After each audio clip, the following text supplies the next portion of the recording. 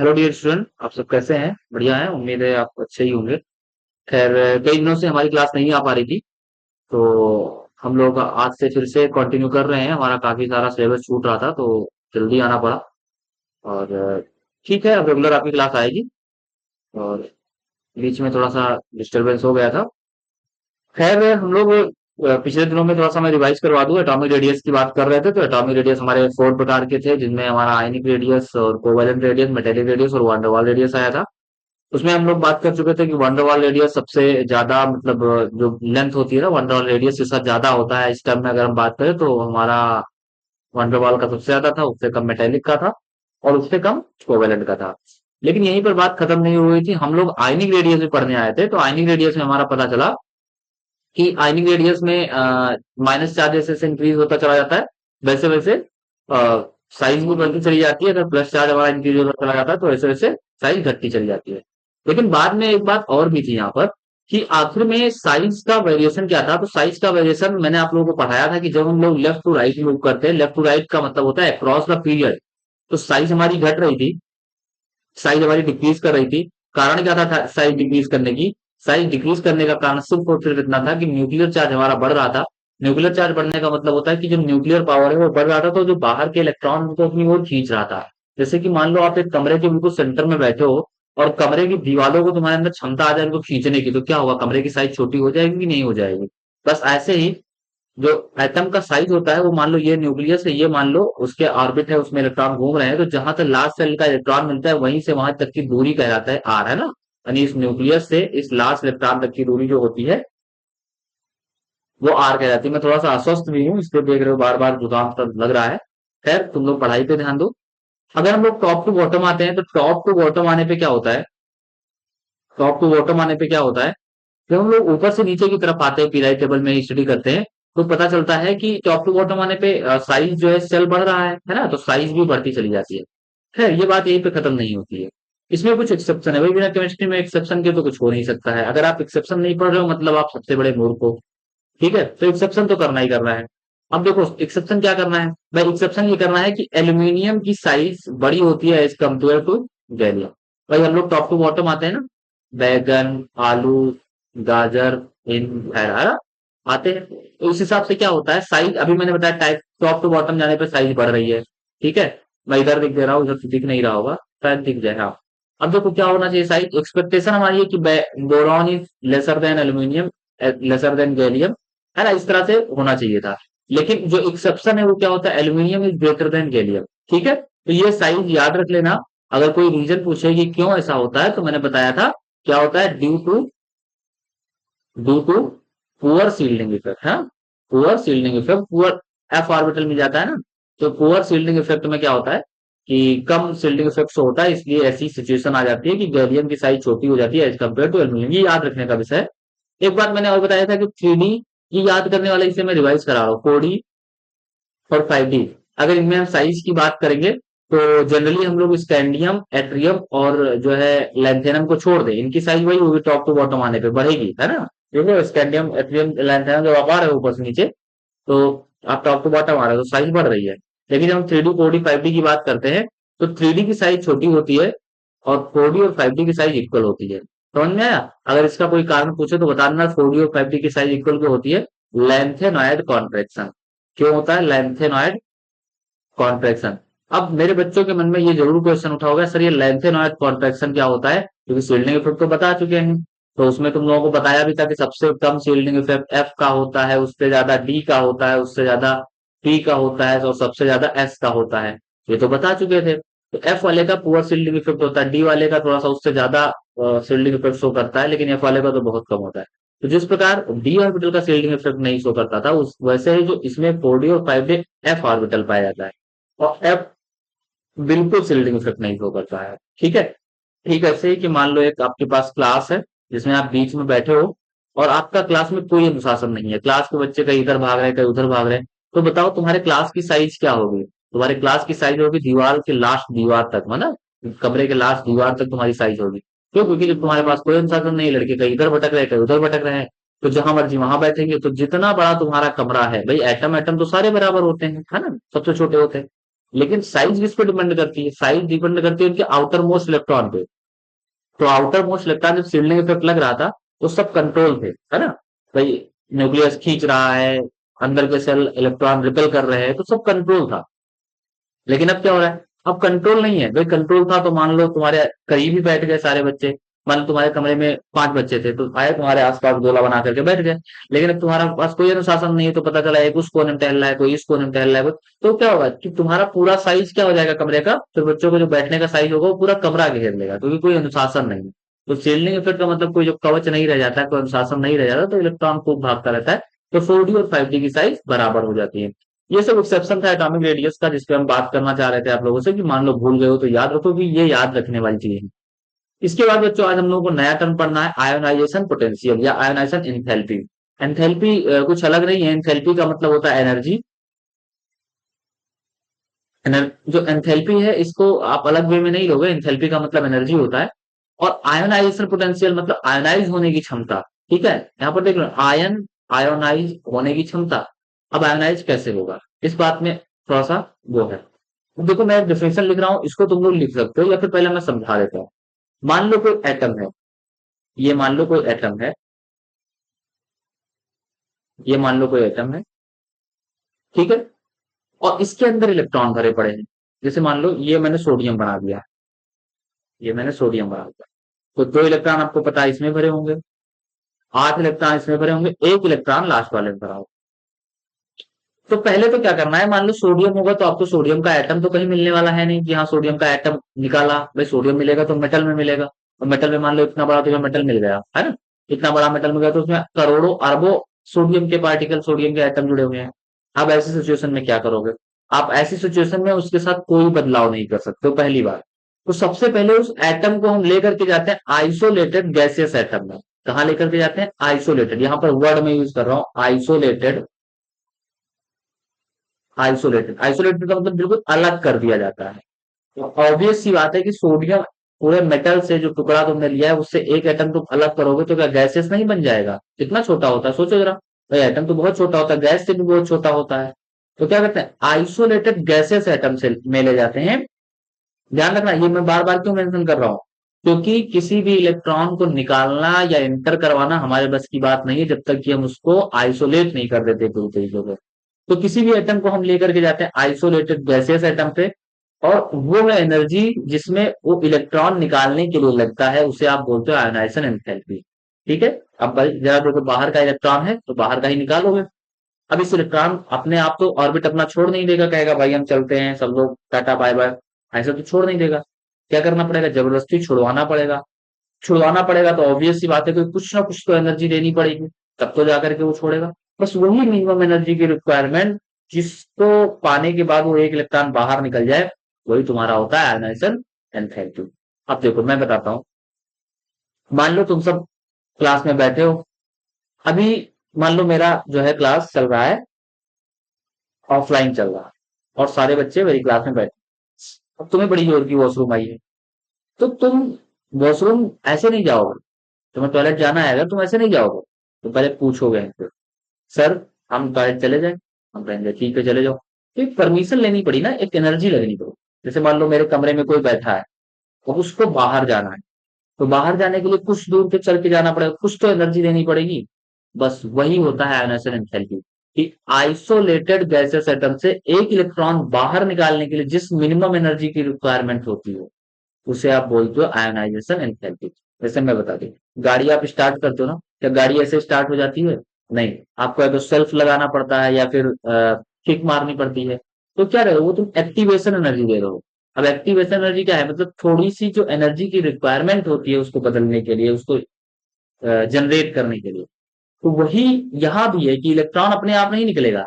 Electron को निकालने के लिए एक मिनिमम एनर्जी की रिक्वायरमेंट होगी, है ना? और वो एनर्जी तुम्हारी क्या कहलाएगी? आयोनाइजेशन एंथैल्पी कहलाएगी। ठीक है, दूसरा एग्जांपल हम लोग और ले लेते हैं। मान लो आपने एक जो है साइकिल ले रखी है ना? एक साइकिल ले रखी है।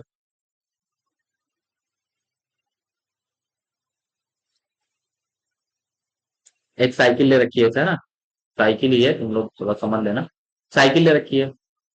अब साइकिल से तुमको ना ये वाला पहिया निकालना है। ये वाला पहिया निकालना है। अब पहिया निकालना है तो ऑब्वियस सी बात है कि तुम रिंच ढूंढोगे, नट बोल्ट खोलोगे, फिर तो निकलेगा। तो बस कुछ ना कुछ तो एनर्जी देनी पड़ रही है ना। बस यही एनर्जी तुम्हारी कहलाती है आयोनाइजेशन एंड। यहाँ पर तुम्हें क्या सीखना है? देखो ये रहा लिथियम। मान लो ये लिथियम ने बनाया, बीच में न्यूक्लियस है बच्चों, डरना नहीं। लिथियम के लास्ट में एक इलेक्ट्रॉन है। अब पता चला भैया हमें रिक्वायरमेंट है कि इस इलेक्ट्रॉन को निकालना है। ठीक।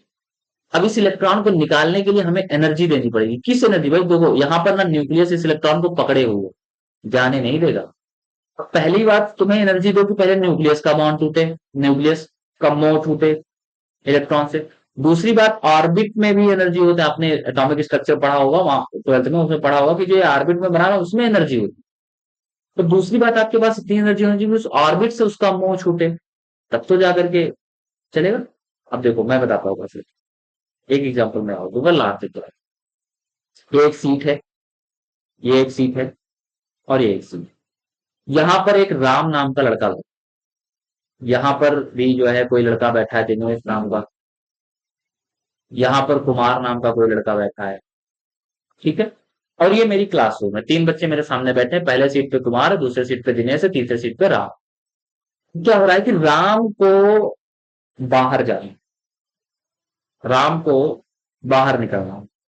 अब बाहर निकलना है तो ऑब्वियस सी बात, अच्छा ये सब मेरे एटम है, ये सब जो मैं बना रहा हूँ ये एटम के वही ऑर्बिट है ना। ये ऑर्बिट है समझ लो। तो राम को अगर उस सीट से बाहर जाना है तो कुछ तो एनर्जी लगानी पड़ेगी। पहली बात तो मेरे परमिशन की आवश्यकता होगी।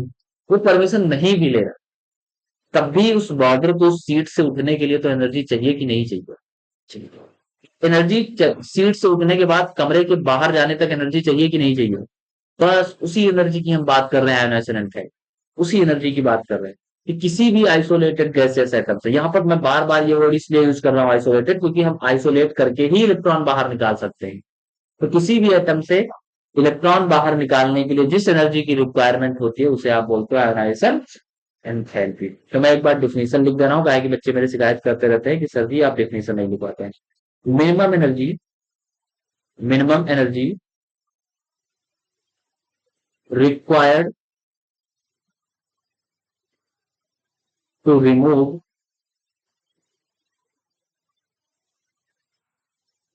इलेक्ट्रॉन फ्रॉम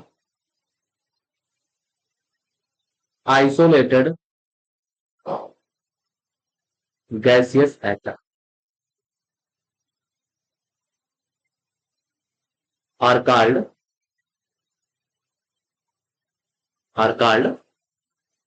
क्या कहलाता है? Ionisation enthalpy.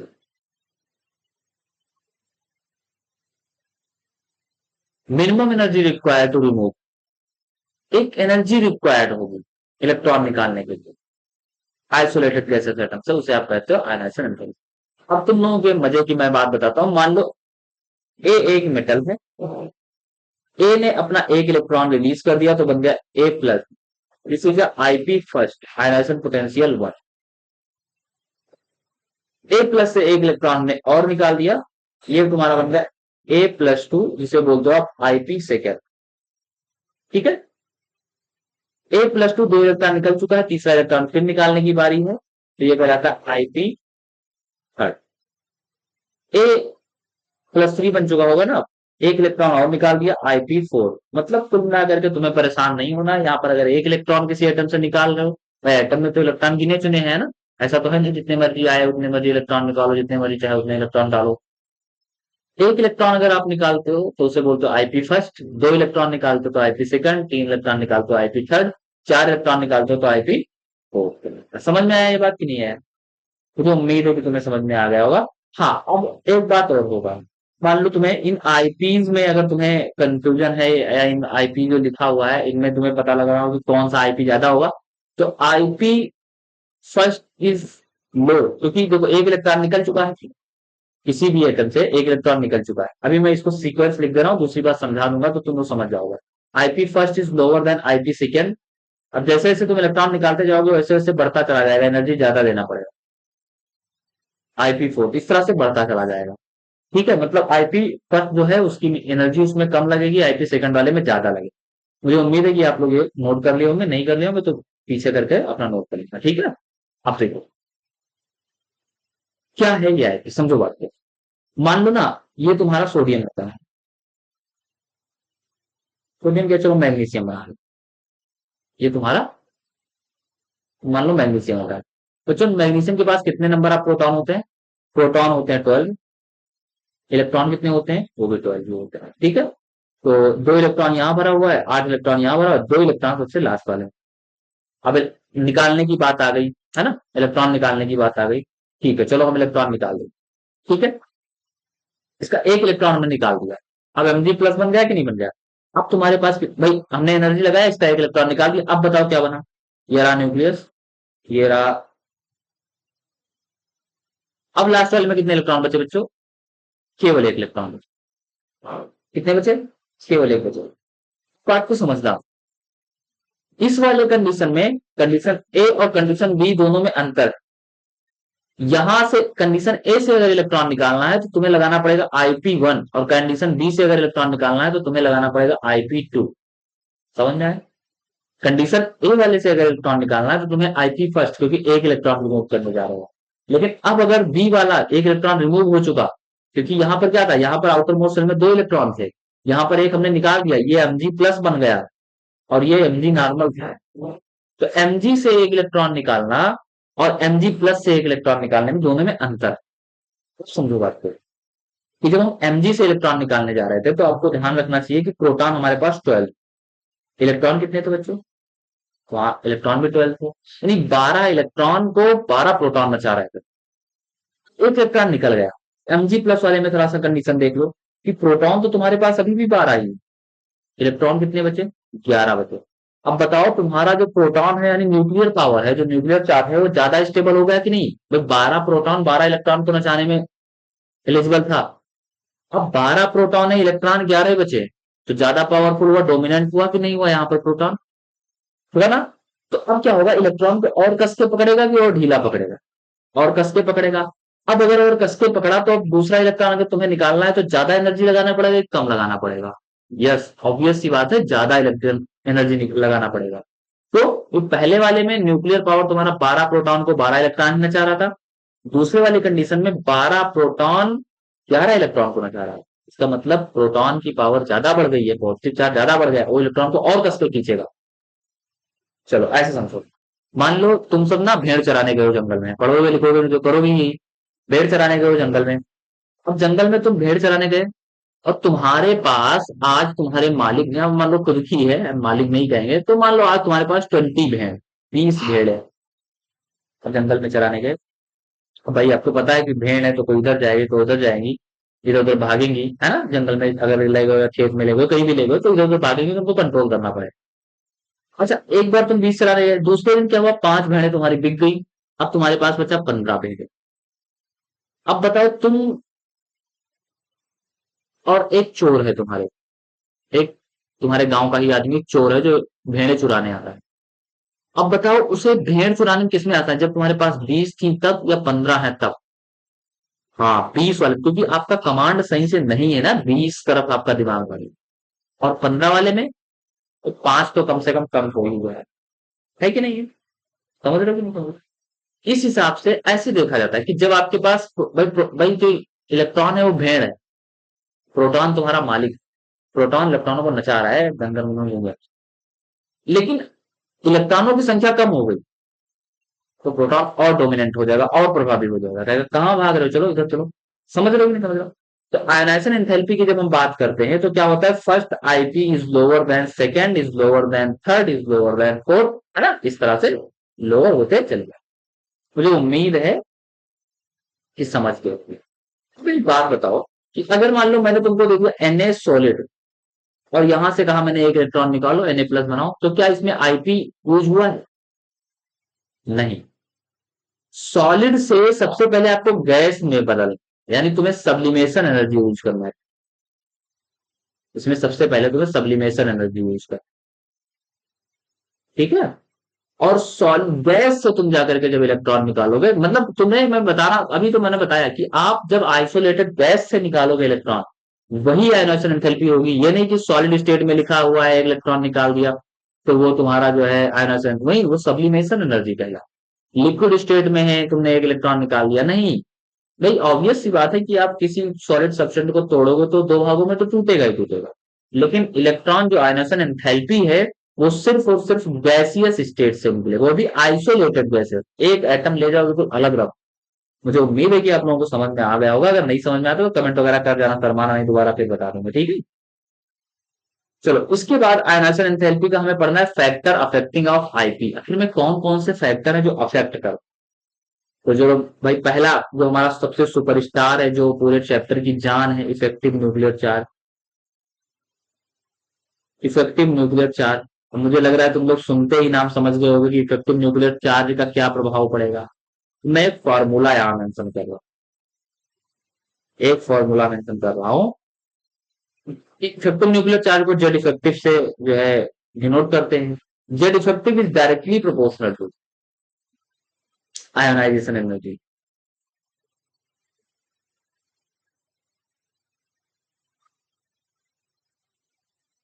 मतलब मतलब ये मतलब ये कि तुम्हारा जेड इफेक्टिव बड़ा होगा। ऑब्वियस सी बात है कि जेड इफेक्टिव तुम्हारा बड़ा होगा तो साइज छोटी होगी। होगी कि नहीं होगी भाई? जेड इफेक्टिव तुम्हारा ज्यादा होगा, भाई तुम्हारा न्यूक्लियर पावर ज्यादा है। जैसे मान लो तुम कमरे के बीचों बीच बैठे हो, तुम बड़े पावरफुल हो गए, दीवालों को भी अट्रैक्ट कर लोगे, बाहुबली हो गए, क्या होगा? दीवालों को खींचोगे कि नहीं खींचोगे? तो ऐसे में साइज छोटी होगी कि नहीं होगी? होगी। अच्छा, तुम बाहुबली बनने से पहले तुमने दीवार के एक अलमारी में तुमने एक सेब रखा, और वो तुम्हारा छोटा भाई चुराने आ गया, और तुम हमें बताना कि तुमने दीवालों को जब पकड़ करके खींच लिया, एक ही सेंटीमीटर खींचा लेकिन खींचा तो बताओ, खींचा तो साइज छोटी हो गई वो कमरे की तुम्हारी, हो गई होगी कि नहीं होगी? हो गई। अब बताओ, साइज छोटी होने के बाद सेब चुराना आसान है, साइज छोटी होने से पहले सेब चुराना? साइज छोटी होने से पहले सेब चुराना आसान है, क्योंकि भाई साइज छोटी हुआ तो न्यूक्लियर और कमांड ले लेगा ना। तो बस ऐसे समझना है कि जैसे जैसे तुम्हारा जेड इफेक्टिव बढ़ेगा, आयनाइजेशन एनर्जी बढ़ती चली जाएगी। ठीक है, जेड इफेक्टिव का मतलब भाई ये दो तो एटम है, ये तुम्हारा एटम है। अब इसका पावर तुम्हारा बढ़ गया न्यूक्लियस का, तो उसने इलेक्ट्रॉन को और अट्रैक्ट किया। अब अगर यहां से इलेक्ट्रॉन निकालना तुम्हें मुश्किल पड़ेगी, बहुत ज्यादा दिमाग लगाना पड़ेगा, बहुत ज्यादा एनर्जी लगानी पड़ेगी। तो आईपी क्या है? एक एनर्जी तो है ना? तो अभी मान लो मैंने लिख दिया Fe+3, Fe+2, Fe, इनमें से आईपी किसकी ज्यादा? ये Fe+3 है, मतलब 3 इलेक्ट्रॉन निकाल दिए गए हैं। ये Fe+2 है, ये Fe है। इसमें से एक को नहीं निकालेंगे, निकालने जा रहे हो, इसमें 2 इलेक्ट्रॉन निकाल चुके हैं, इसमें तीसरा। अब अगर चौथा इलेक्ट्रॉन तुम निकालने का प्रयास करोगे तो किसमें से मुश्किल होगा? ऑब्वियस सी बात है कि इसमें 26 इलेक्ट्रॉन है, तो 26 प्रोटॉन भी है, बराबर बराबर है इलेक्ट्रॉन प्रोटॉन। इलेक्ट्रॉन निकाल दो, कोई दिक्कत नहीं है। लेकिन इस वाले में अब 24 इलेक्ट्रॉन बचे हैं और 26 प्रोटॉन बचे हैं। तो प्रोटॉन ज्यादा प्रभावी है कि नहीं है? तो प्रोटॉन ज्यादा पावरफुल है, 24 इलेक्ट्रॉन को नचा रहा है। अब अगर इलेक्ट्रॉन निकालने आओगे तो बवाल हो जाएगा। यहाँ पर क्या हुआ? 23 टोटल इलेक्ट्रॉन है और 26 प्रोटॉन है, यहाँ तो और बवाल खड़ा कर लेगा। तो जेड इफेक्टिव क्या होता है? जैसे जैसे इफेक्टिव, अब तुम लोग पूरा वो मत फॉलो करना कि जेड इफेक्टिव लाओ निकालें। न्यूक्लियर चार्ज तो ज्यादा है ना, बस न्यूक्लियर चार्ज ज्यादा है मतलब जेड इफेक्टिव ज्यादा है। तो न्यूक्लियर, और न्यूक्लियर में क्या होता है? न्यूक्लियर में प्रोटॉन होता है, तो प्रोटॉन का चार्ज ही तो तुम्हें कंसीडर करना है। तो प्रोटॉन का चार्ज बढ़ रहा है, बस चुपचाप करो भाई, अब इलेक्ट्रॉन निकालना बहुत मुश्किल होगा, और जब इलेक्ट्रॉन निकालना मुश्किल होगा तो एनर्जी तुम्हें बढ़ानी पड़ेगी। इस हिसाब से इस हिसाब से कि मान लो तुम बढ़ गए lithium, beryllium, boron, carbon, nitrogen, oxygen, fluorine, इस तरफ बढ़े। अब आपको पता है ना कि लेफ्ट टू राइट तुम लोग मूव कर रहे हो, तो आपको पता है जेड इफेक्टिव बढ़ रहा है। अब बताओ, जेड इफेक्टिव बढ़ रहा है तो साइज भी छोटी हो रही है। जेड इफेक्टिव अगर बढ़ रहा है तो साइज भी छोटी हो रही है। साइज छोटी हो रही है, और अगर साइज छोटी हो रही है तो इलेक्ट्रॉन निकालना बहुत मुश्किल हो रहा है। तो आईपी क्या होगा? आईपी भी बढ़ेगा। तो क्या होगा? ये सीक्वेंस इस तरह से हो जाएगा। आईपी किसकी ज्यादा होगी फिर? फ्लोरीन की ज्यादा है। समझ में आएगी नहीं है? चलो, अब अगर ये समझ में आ गया तो एक बात मैं तुम लोगों को और समझा देता हूँ। एक बात मैं आपको और समझा देता हूँ कि आखिर में और कौन सा फैक्टर, स्टेबिलिटी फैक्टर का। सर ये नया टर्म कहाँ से आ गया, स्टेबिलिटी क्या है? स्टेबिलिटी क्या है? अब यहाँ पर मैं कुछ चीजें लिख रहा हूँ, हाफ फिल्ड और full field, more stable, like P0 P3 किसी का कॉन्फ़िगरेशन आ रहा है और P6 किसी का कॉन्फ़िगरेशन।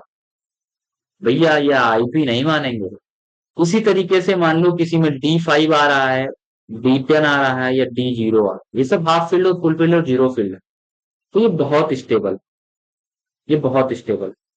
और जब बहुत स्टेबल होते हैं तो ये इलेक्ट्रॉन निकालना पसंद नहीं कर। जैसे अभी मैंने आपको एक सीक्वेंस बताया था, उस सीक्वेंस को गौर से देखो कि जो हम एक्सपेक्टेशन करते हैं, एक्सपेक्टेशन का मतलब हमें उम्मीद है कि ये होना चाहिए। क्या होना चाहिए? लिथियम से ज्यादा बेरिलियम का, बेरिलियम से ज्यादा बोरॉन का, बोरॉन से ज्यादा कार्बन का, कार्बन से ज्यादा नाइट्रोजन का, नाइट्रोजन से ज्यादा ऑक्सीजन का, ऑक्सीजन से ज्यादा फ्लोरीन का, ये होना चाहिए। और फ्लोरीन से ज्यादा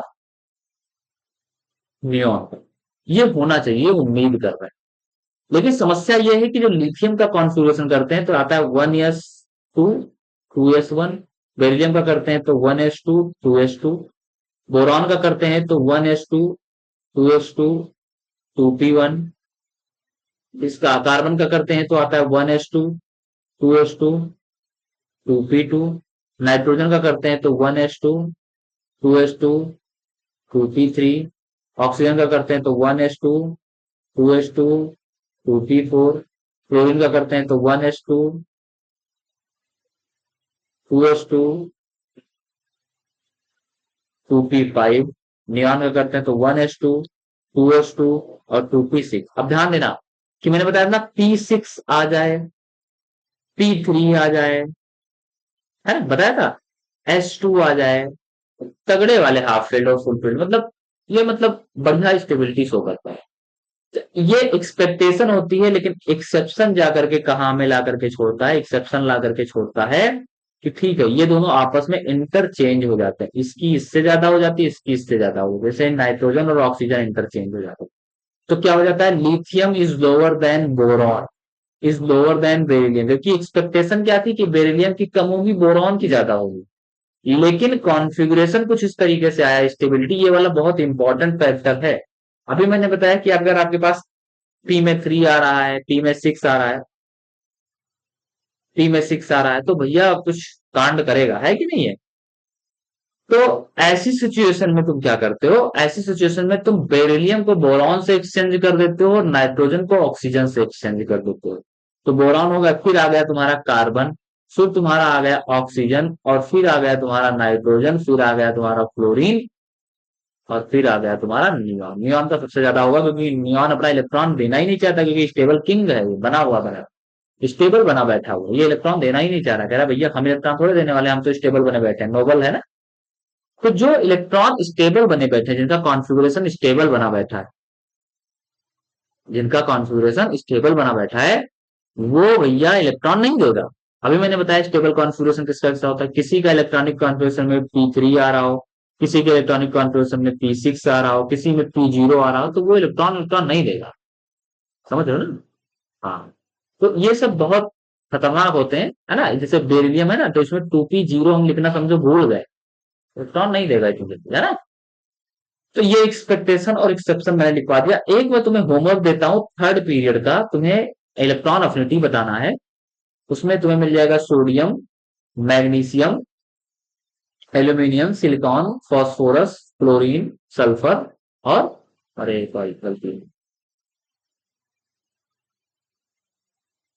फास्फोरस, सल्फर, क्लोरीन और आर्गन। इनका तुम एक्सपेक्टेशन जल्दी से तुम लोग कमेंट कर देना, ठीक है। एक्सपेक्टेशन और एक्सेप्शन दोनों बताना है। अब ध्यान रखना यहाँ पर फास्फोरस में कॉन्फ़िगरेशन जब निकालोगे तो कुछ गलत आएगा, P3 आएगा, आर्गन का निकालोगे तो P6 आएगा, यहाँ भी मैग्नीशियम का निकालोगे तो कुछ गलत आएगा। समझ रहे हो? तो तुम्हें क्या करना है कि जब हाफ फील्ड और फुल फील्ड टाइप का मिले तो आप जो है उसका कॉन्फ़िगरेशन बदल दो। ठीक है। अब फैक्टर अफेक्टिंग तो पता चल गया। अब इसके बाद में तुम्हें है comparison of IP. Comparison of IP जो अभी मैंने आपको बताया है वही है ना, कि आईपी फर्स्ट किसका ज्यादा होगा, आईपी फर्स्ट किसका ज्यादा होगा, आईपी सेकंड किसका ज्यादा होगा, आईपी थर्ड किसका ज्यादा होगा, आईपी फोर्थ किसका ज्यादा होगा, ये सब बताना है। ठीक है। अब देखो, मान लो तुमने कोई एलिमेंट लिया और उसमें मान लो तुमने ऑक्सीजन ले लिया, समझो बात में, ऑक्सीजन ले लिया, मैं समझा रहा हूँ। अब देखो ऑक्सीजन का कॉन्फ़िगरेशन है 1s2, 2s2, 2p4। ठीक, 1s2, 2s2, 2p4। तो भाई आईपी फर्स्ट होता है एक इलेक्ट्रॉन रिमूव करने का। अब तुमने एक इलेक्ट्रॉन रिमूव कर दी, एक इलेक्ट्रॉन रिमूव कर दिया, तो 1s2, 2s2 और 2p3। अब यहां से तो एक इलेक्ट्रॉन रिमूव करना आपके लिए बहुत आसान था, यहां से एक इलेक्ट्रॉन रिमूव करना बहुत आसान था। क्या यहां से इलेक्ट्रॉन रिमूव कर पाओगे, यहां से इलेक्ट्रॉन रिमूव कर पाओगे? अरे भाई p3 आ गया स्टेबल कॉन्फ़िगरेशन। अब अगर तुम्हें इसका, ये तो आईपी फर्स्ट था, हाँ तो इसका आईपी फर्स्ट कम है, आईपी सेकंड बहुत ज्यादा है। समझ रहे हो, ये तो रूल वाली बात हो गई। अब दूसरा कंपेयर करते हैं हम लोग, मान लो हमने ले लिया नाइट्रोजन, हमने ले लिया नाइट्रोजन। कॉन्फ़िगरेशन क्या होता है, 1s2, 2s2, 2p3। अब जरा हमें एक बात बताओ, क्या यहां से इलेक्ट्रॉन निकालना आसान है? अरे बहुत मुश्किल है, बहुत मुश्किल। हाफ फिल हो गया ना, स्टेबल हो गया। अब मान लो तुमने एक इलेक्ट्रॉन निकाल दिया, तो 1s2, एक इलेक्ट्रॉन आईपी फर्स्ट तुमने उसमें मान लो निकाल दिया, आईपी फर्स्ट लगा दिया, एक इलेक्ट्रॉन निकाल दिया, बहुत एनर्जी लगी लगा दिया, तो 2s2 डाला, और अब क्या होगा 2p2। क्या यहां से इलेक्ट्रॉन, अब भाई पहले वाले की तुलना में, आईपी फर्स्ट वाले की तुलना में आईपी सेकंड तो आसान ही होगा, 2p2 आ गया। भाई हम 2p3 से निकाले बैठे हैं, तो यहाँ नाइट्रोजन के केस में क्या हुआ कि IP first is more than IP second, IP two ज्यादा कम हो गया। जबकि रूल हमने क्या पढ़ा था जनरल, कि आईपी फर्स्ट से आईपी सेकंड ज्यादा होता है, आईपी सेकंड से आईपी थर्ड ज्यादा होता है, इस तरह से बढ़ते चले जाते हैं चीजें। लेकिन यहाँ क्या हो गया, जहां समस्या खड़ा हो गई कि यहाँ नाइट्रोजन पहले ही स्टेबल था, हाफ फील्ड में था। अब हमने क्या किया, जबरदस्ती किसी तरीके से एक इलेक्ट्रॉन निकाल दिया, दूसरा इलेक्ट्रॉन निकालना होगा, चुटकी बजा करके निकल जाएगा। समझ में आया कि नहीं है, समझ में आया? चलो मान लिया हमने ले लिया, मान लो हमने ले लिया बोरॉन या बेरिलियम ले लिया, 1s2, 2s2, यहां से एक इलेक्ट्रॉन निकाल दिया। अब अगर एक इलेक्ट्रॉन निकाल दिया तो क्या बचा, 1s2, 2s1, यही तो बचा, ये कुछ और बचा, 1s2, 2s2, 2s1 बचा। अब तुमने जब यहां से यहां पर ना 2s2 नहीं होता, इसका कॉन्फ़िगरेशन सही मायने में 2s2 2p0 होता है, तो तुमने जब यहाँ इलेक्ट्रॉन निकाल दिया, यहाँ इलेक्ट्रॉन निकाल दिया तो डिस्टर्ब कर दिया इसे कि नहीं कर दिया? अब उसमें तो निकलना आसान ही हो जाएगा। तो इससे एक इलेक्ट्रॉन निकालना बहुत डिफिकल्ट है, दूसरा इलेक्ट्रॉन निकालना आसान हो जाएगा। तो IP first is more than IP second. समझ में आया कि नहीं है? बस यही चीजें ध्यान रखनी है, हाफ फील्ड फुल फील्ड, है ना। बस बहुत सिंपल सी बातें हैं। अब एक आयनोसन एंथैल्पी वो एल्यूमिनियम और बेरियम वाला है। भाई सीधी सी बात है कि एल्यूमिनियम की साइज बड़ी है, तो साइज जब बड़ी होती है ना, जब साइज आपकी बड़ी होती है, अभी मैंने साइज बताया था कि छोटी होती है तो आईपी ज्यादा होती है, साइज अगर बड़ा है, इंक्रीज कर रहा है, तो आईपी तुम्हारी क्या होगी, डिक्रीज करेगी, इलेक्ट्रॉन निकालना आसान हो जाएगा, खट से मारोगे इलेक्ट्रॉन बाहर चला जाएगा। तो एल्यूमिनियम और ये एक्सेप्शन है, एक्सेप्शन है कि एल्यूमिनियम की साइज छोटी होती है, मतलब बड़ी होती है, गैलियम की कम होती है, तो इस हिसाब से आयनोसन एंथैल्पी जो होगी तो एल्यूमिनियम की कम होगी। उल्टा लग जाएगा, एल्यूमिनियम की कम होगी और गैलियम की ज्यादा होगी, क्योंकि गैलियम की साइज छोटी थी। ठीक है। अब मैं बता दूं कि अगर 5d और 4d की बात करेंगे तो 5d की आयनाइजेशन एंथैल्पी ज्यादा होती है 4d की। ये एक्सेप्शन है, याद कर लेना, ठीक है, एक्सेप्शन है, याद कर लेना कि 5d की ज्यादा होती है एज कंपेयर टू 4d। ठीक है। अब देखो नेक्स्ट है एप्लीकेशन ऑफ आईपी, हम आईपी को यूज कहाँ करते हैं? तो पहला हम यूज करते हैं metallic and non metallic character decide करने के लिए, metallic and non metallic character. कैसे? भाई एक बात ध्यान रखो, मेटल के बारे में तुमने पढ़ रखा होगा, मेटल लस्टरस, डक्टाइलिटी, ये सब पढ़ रखा होगा। लेकिन मेटल की एक सबसे खास बात बताते हैं कि मेटल इलेक्ट्रॉन को लॉस करता है, और नॉन मेटल तुम्हारा इलेक्ट्रॉन लॉस बहुत मुश्किल से करता है। अब यहाँ तुम आईपी पढ़ रहे हो, तो आईपी क्या होता है भाई? इलेक्ट्रॉन को लॉस ही तो तुम्हें करवाना है, इलेक्ट्रॉन निकालना ही तो है। तो हमें बता दो कौन ज्यादा जल्दी इलेक्ट्रॉन लॉस करेगा, मेटल या नॉन मेटल? अगर मेटल की टेंडेंसी ये है कि हम इलेक्ट्रॉन मतलब उतावला मरा जा रहा है, इलेक्ट्रॉन जल्दी कोई ले जाओ, बहुत कम एनर्जी दोगे, खट से बाहर निकल जाएगा। नॉन मेटल क्या कर रहा है? इलेक्ट्रॉन नहीं देना है। अब बताओ किसमें आईपी ज्यादा लगी, किसमें आईपी कम लगी? हाँ, सही बता रहे हो आप। मेटेलिक वाले में आईपी ज्यादा नहीं लगेगी, कम लगेगी, क्योंकि वो इलेक्ट्रॉन निकालना चाहता है, हमें पॉजिटिव बनाओ भाई। अभी भाई मान लो मैं, मुझे बड़ी गर्मी लग रही है और मैंने टी शर्ट पहन रखी है। अब कोई बाहर से आए, बंदूक लगा दे, कहे टी शर्ट निकाल दीजिए सीपी सर, फट से निकाल के फेंक देंगे। मुझे खुद गर्मी लग रही थी, मैं निकालना चाह रहा था, क्योंकि मान लो खूब ठंडी हो रही है, खूब भयंकर वाली ठंडी, मैंने टी शर्ट पहन रखी है, अब वो आए बंदूक में फिर मार दे गोली, तो भी मैंने नहीं निकालूंगा, क्यों? क्योंकि ठंडी है। समझ रहे हो ना? तो क्या होता है, मेटेलिक मेटल जो होता है, मेटल की प्रॉपर्टी होती है पॉजिटिव बनना।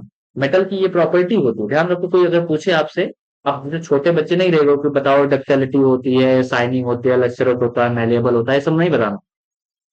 अब अगर आपसे पूछे कि बताओ मेटल क्या है, तो कह दो पॉजिटिव बनने की टेंडेंसी इसमें हो, जिसमें इलेक्ट्रॉन देने की टेंडेंसी हो उसे मेटल कहते हैं, और इलेक्ट्रॉन गेन करने की जिसमें टेंडेंसी हो उसे नॉन मेटल कहते हैं।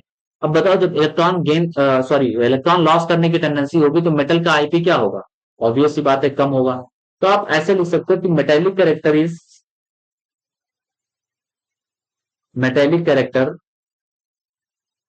Is inversely proportional to IP. अगर आईपी तुम्हारी ज्यादा है तो मेटेलिक कैरेक्टर कम होगा, आईपी अगर तुम्हारी कम है तो मेटेलिक कैरेक्टर ज्यादा होगा। और नॉन मेटेलिक के केस में तुम लिख सकते हो non metallic is directly proportional to IP. ठीक है। तो कुछ बच्चे हमसे कहते हैं कि सर रिएक्टिविटी, ये समझ गए ना नॉन मेटेलिक क्या होगा? नॉन मेटेलिक तो गलत होगा, नॉन मेटेलिक होगा आईपी के बराबर, है ना? आईपी के बराबर, आईपी ज्यादा होगा तो नॉन मेटेलिक कैरेक्टर बढ़ेगा, आईपी कम होगा तो नॉन मेटेलिक कैरेक्टर घटेगा। अच्छा, अब इसके बाद में कुछ बच्चे कहते हैं रिएक्टिविटी, ये बहुत इंपॉर्टेंट है, बहुत ज्यादा इंपॉर्टेंट है रिएक्टिविटी, बहुत ज्यादा इसका है। Reactivity of metal, reactivity of metal बहुत ज्यादा इंपॉर्टेंट। कैसे इंपॉर्टेंट, हम बताते हैं। रिएक्टिविटी ऑफ मेटल के केस में आप याद रखना कि is direct inversely proportional to IP. जिसकी आईपी ज्यादा है वो मेटल उतना ही कम रिएक्टिव है। इस केस में जैसे मान लो मैंने तुमको दिया M G, C A, S R, B A, R A, ज्यादा रिएक्टिव कौन होगा? तो ऑब्वियस सी बात है कि जब टॉप टू बॉटम आते हो आप, तो आईपी आपकी डिक्रीज करती है, ये तुम्हें याद रखना है ना। चाहो तो लिख दूं भाई, तुम लोग बोलते बहुत हो। आईपी जो है लेफ्ट टू राइट जाने पे बढ़ रही है, इंक्रीज कर रही है, और आईपी टॉप टू बॉटम आने पे डिक्रीज कर रही है। आप समझो बात को। आईपी अगर आपकी डिक्रीज करेगी तो रिएक्टिविटी ऑफ मेटल बढ़ेगी, आईपी अगर इंक्रीज करेगी तो रिएक्टिविटी ऑफ मेटल घटेगी। मतलब ये इनवर्सली प्रोपोर्शनल है, अगर मेटल की रिएक्टिविटी बढ़ेगी तो आईपी घटेगी, इसकी बढ़ेगी तो इसकी घटेगी, इसकी घटेगी तो इसकी बढ़ेगी। ठीक है, समझ में आ गया कि नहीं आ गया? तो ये आईपी की इतनी सारी बातें हैं। अगर मान लो कोई डाउट आपको रह जाते हैं तो आप प्लीज कमेंट सेक्शन में आप कमेंट करके बताना कि सर ऐसी ऐसी समस्या है, ऐसी ऐसी प्रॉब्लम्स आ रही हैं, और मैं उसका समाधान करूंगा। नेक्स्ट लेक्चर होगा इलेक्ट्रॉन ऑपरेटी पर, देखना मत भूलिएगा। और हाँ, तुम लोग मन लगा के पढ़ाई करो, तुम लोग के डाउट नहीं कमेंट में आ रहे हैं, इसका मतलब है कि तुम लोग मन लगा के पढ़ाई नहीं कर रहे हो। ठीक है, कल हम पढ़ाएंगे आपको इलेक्ट्रॉन ऑपरेटी। ठीक है।